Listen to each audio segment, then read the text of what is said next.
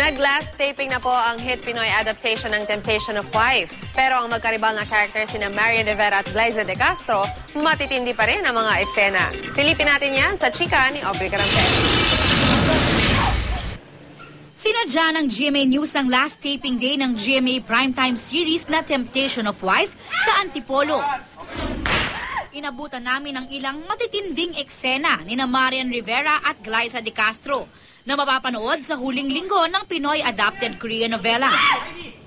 Kung nahook daw ang mga manonood sa batuhan ng mga maaanghang na linya ni na Angeline at Heidi, hindi raw dapat palampasin ang action-packed ending. Ito na nga, magtatapos na kami pero hindi pa rin tumigil si Heidi sa pagpapahirap sa akin.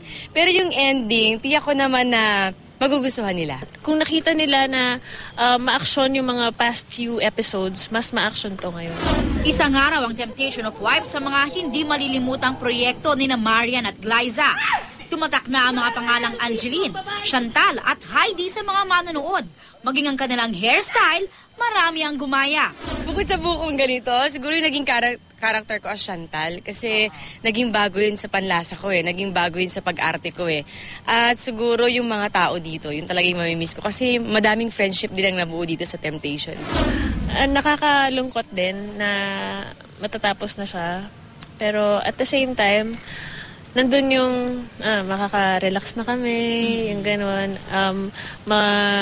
Matatapos na rin yung paghihirap ni Angeline, matatapos na rin yung inis ng tao kay Heidi.